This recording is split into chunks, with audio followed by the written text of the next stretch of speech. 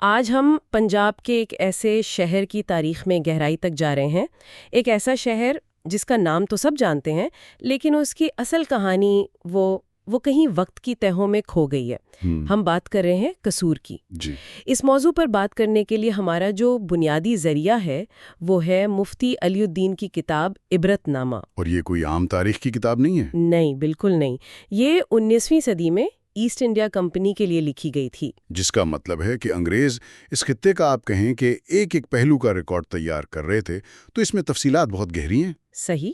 تو آج ہمارا مشن اسی کتاب کے ذریعے قصور کی اس اصل شناخت کو کھوجنا ہے، اس کی افسانوی بنیاد، اس کا وہ جغرافیہ جو اب موجود نہیں، اور وہ تاریخی واقعات جنہوں نے اسے پنجاب کی سیاست کا ایک اہم مرکز بنایا۔ چلیں شروع کرتے ہیں، اور سب سے پہلی اور شاید سب سے حیران کن بات جو ہے وہ قصور کی بنیاد کے بارے میں ہے۔ یہ کہانی سیدھی ہندو دیومالا یعنی رامائن سے جڑی ہے۔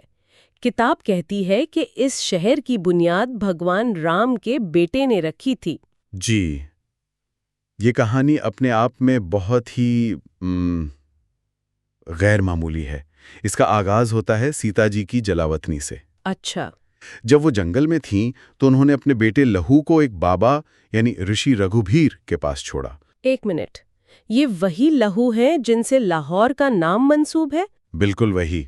تو کہانی یہ ہے کہ جب سیتا جی کچھ دیر بعد واپس آئیں اور لہو کو ساتھ لے گئیں تو بابا نے دیکھا کہ بچہ وہاں نہیں ہے۔ اوہ! انہیں لگا کہ بچہ یا تو کہیں کھو گیا ہے یا شاید کوئی جنگلی جانور اسے اٹھا کر لے گیا ہے۔ جی، وہ بہت پریشان ہوئے اور انہوں نے اپنی روحانی طاقت سے مٹی اور بھوسے سے ایک نیا بچہ بنایا اور ایک منتر کے ذریعے اس میں جان ڈال دی۔ کمال ہے۔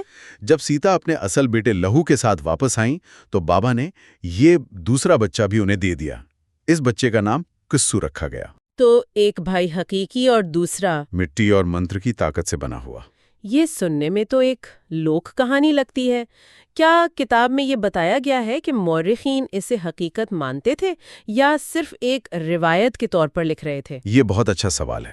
دیکھیں، عبرت نامہ اسے ایک تاریخی حقیقت کے طور پر نہیں بلکہ ایک مروجہ روایت کے طور پر بیان کرتی ہے، ایک ایسی کہانی جس پر لوگوں کا یقین تھا۔ ٹھیک۔ اور پھر کتاب ایک اور حیران کن دعویٰ کرتی ہے کہ مورخین کے مطابق اس واقعے کو لاکھوں سال بیت چکے ہیں۔ لاکھوں سال! یہ تو تاریخ سے نکل کر اساطیر کی بات ہو گئی۔ اس دعوے کا مقصد کیا ہو سکتا ہے؟ بالکل، یہاں مقصد تاریخ بتانا نہیں ہے بلکہ شہر کو آپ کہیں کہ ایک مقدس، ایک قدیم حیثیت دینا ہے۔ صحیح۔ یہ دعویٰ قصور اور لاہور کو پنجاب کے دو بنیادی جڑواں شہروں کے طور پر قائم کرتا ہے جن کی بنیاد دو بھائیوں نے رکھی تھی۔ تو یہ تھی اس شہر کی افسانوی شروعات، لیکن جس زمین پر قصور نے یہ شہر بسایا، کیا وہ ہمیشہ سے ویسی ہی تھی جیسی آج ہے؟ کتاب اس کے جغرافیہ کے بارے میں کچھ ایسی باتیں بتاتی ہے جو آج سوچنا بھی مشکل ہے۔ یہ بالکل درست ہے۔ عبرت نامہ کے مطابق قدیم زمانے میں آج کا جو طاقتور دریائے ستلج ہے وہ یہاں نہیں تھا۔ اچھا؟ بلکہ اس کی جگہ دریائے بیاس، قصور، دیپالپور اور جلال پور پیر والا کے علاقوں سے ہو کر گزرتا تھا۔ ایک منٹ، مطلب جہاں آج قصور شہر ہے، اس کی گلیاں، بازار، محلے، وہاں کبھی ایک بہت بڑا دریا بہتا تھا؟ جی بالکل۔ یہ تو سوچنا ہی عجیب ہے۔ اس نے تو وہاں کی زندگی، زراعت، ہر چیز کو بالکل مختلف بنا دیا ہوگا۔ یقیناً، یہ پورے علاقے کا نقشہ ہی بدل دیتا ہے۔ اس کا مطلب ہے کہ یہ علاقہ آج کے مقابلے میں کہیں زیادہ سرسبز اور پانی سے مالا مال تھا۔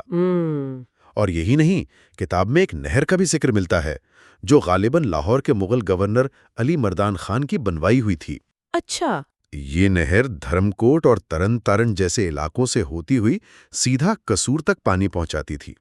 تو پہلے ایک قدرتی دریا تھا اور پھر بعد میں ایک انسان کی بنائی ہوئی نہر۔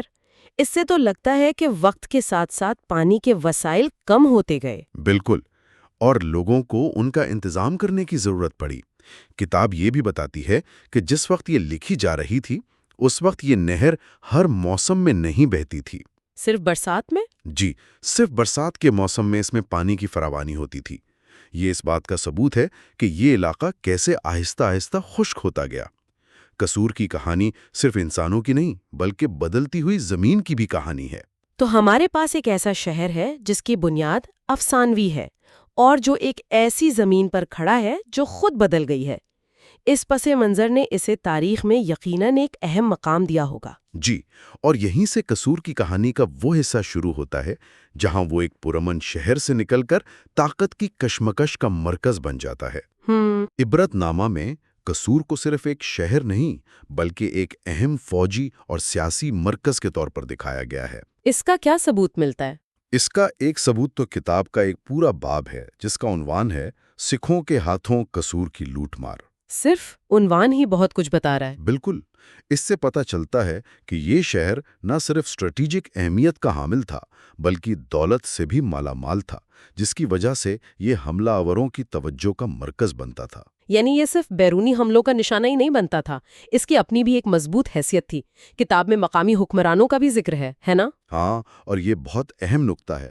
کتاب میں ایک اور باب کا عنوان ہے ریاست نظام الدین و قطب الدین خان قصوریہ کا عروج۔ اچھا، یعنی ایک پوری ریاست تھی؟ جی، اس سے یہ ظاہر ہوتا ہے کہ 18ویں صدی میں قصور صرف مغل یا سکھ سلطنت کا ایک حصہ نہیں تھا بلکہ خود مختار پٹھان ریاست کا دارالحکومت تھا۔ واہ! جس کے اپنے حکمران تھے، اپنی فوج تھی اور اپنا سکہ تھا۔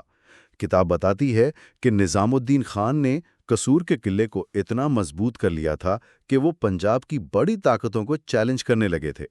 اور اسی خود مختاری کی وجہ سے ان کا ٹکراؤ پھر اس وقت کی سب سے بڑی طاقت مہاراجہ رنجیت سنگھ سے ہوا ہوگا۔ بالکل، اس سلسلے میں سب سے زیادہ تفصیل مہاراجہ رنجیت سنگھ کی قصور پر کی گئی مہمات کے بارے میں ہی ملتی ہے۔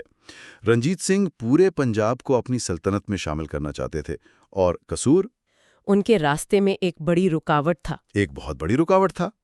تو ان مہمات کا نتیجہ کیا نکلا؟ کیا رنجیت سنگھ کے لیے قصور پر قبضہ کرنا آسان تھا؟ بالکل نہیں۔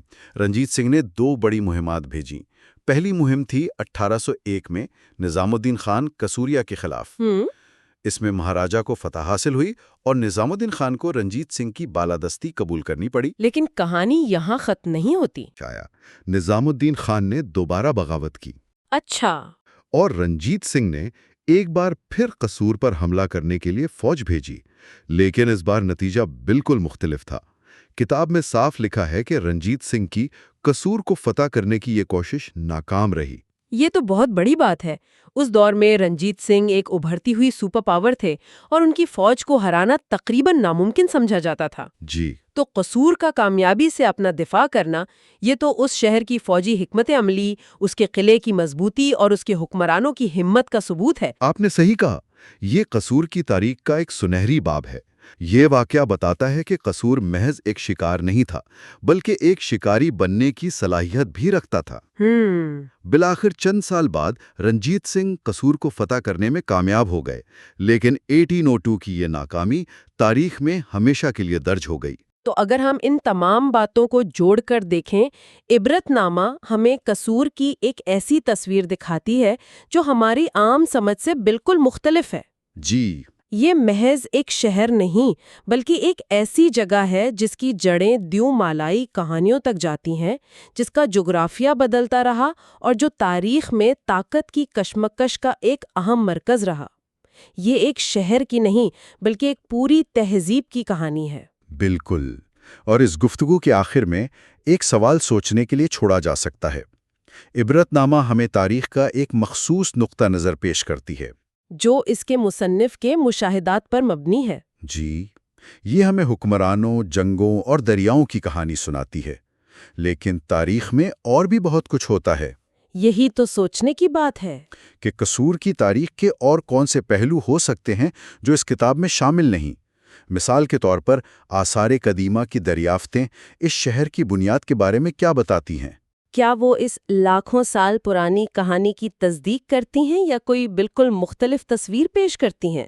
بالکل، یا پھر بلے شاہ جیسے صوفی بزرگوں نے قصور کو جو روحانی شناخت دی، اس کی کہانی کیا ہے؟ مقامی لوک کہانیوں میں قصور کی تاریخ کو کس طرح یاد کیا جاتا ہے؟ تاریخی ذرائع ہمیں جو کچھ بتاتے ہیں وہ ہمیشہ پوری کہانی نہیں ہوتی۔ اکثر اصل کہانی زمین کے نیچے یا لوگوں کے دلوں میں دفن ہوتی ہے، اور اسے کھوجنے کے لیے ہمیں کتابوں سے آگے بھی دیکھنا پڑتا ہے۔